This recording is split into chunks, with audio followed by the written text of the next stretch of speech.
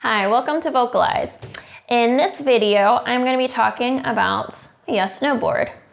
So this is the very first AAC that my daughter learned to use, and it has been wonderful. It is a very quick, easy means of communication. You can really keep the conversation going and learn a lot just with asking yes/no questions. This is something that is very easy to make. You just need some sort of strip right here. This is the one that I fold up and put in my daughter's backpack. It's our to-go yes/no board. So I just use 2 pieces of cardstock and tape them together. I've also used cardboard for sturdier versions that I've left in the classroom or in the house. I just cut off a flap from a cardboard box and use that as my strip. And then obviously you need a picture for a yes and a picture for a no. If your nonverbal individual already has an eye gaze device that they use, or they are in the process of getting an eye gaze device, just for consistency's sake, if you pick or pull clip art that is on the program used on the eye gaze device, and use those as your yes/no, then that just makes it a little bit more consistent and a little easier for your individual. So for example, my daughter has Snap Core, and these are the pictures for yes and no on her Snap Core and her eye gaze device. When you're making this, so when looking at the board, you want to place the yes on the left-hand side and the no on the right-hand side. Again, that's just for consistency's sake. So if you have multiple yes/no boards, if you have multiple individuals making yes/no boards, parents, grandparents, teachers, therapists to have in various places for your individual to use, just keeping it the same, consistent, so that your individual doesn't have to actually be thinking about where the picture is. They're just responding by looking at the side, yes, no, because left is always yes and right is always no. So for that consistency, when looking at the board, yes should be on the left, no should be on the right, okay? How do you use it? So I am talking to my nonverbal person. You guys are in the placement of the nonverbal individual. You would place the board center to them, but then you would align your body behind the yes. And the reason for this is because you're just, again, for consistency, and also you're providing kind of an alternative, so your individual doesn't have to be looking directly at the yes. They can be looking in the direction of yes, which is also the direction of you. So when you're having a conversation with a verbal person and you're talking to them, it's only polite and it's pretty common to be making eye contact, to be looking at their face, looking in their direction and stuff. And you're just kind of having that same mentality with your individual by the positive yes is looking at you, or the no is looking away from you.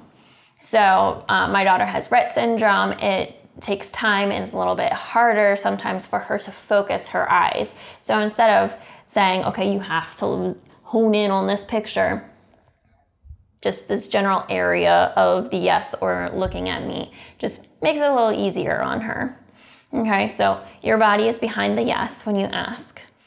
And then depending on your individual, after you ask your yes/no question, make sure you provide some time for them to answer.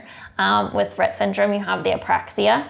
And so that means that it might sometimes takes my daughter 5 seconds for her eyes to land where she wants them. Or sometimes it's 30 seconds. It really depends on your individual as well as their mood of the day and how much of a wait time you give them. But for example, yes/no questions. Do you need to use the bathroom? Or did you have a good day at school? Or what do you think? Should we go out to eat for supper tonight? And you're giving your individual a voice. You're allowing them to communicate quite a bit with just a simple yes or no. You can even give them choices. I do this with my daughter a lot. And so I can be like, all right, what should we do today? Do you want to go to the park? Should we go shopping? Or should we stay home and have a lazy day? We can go to the park, we can go shopping, or we can stay home and have a lazy day.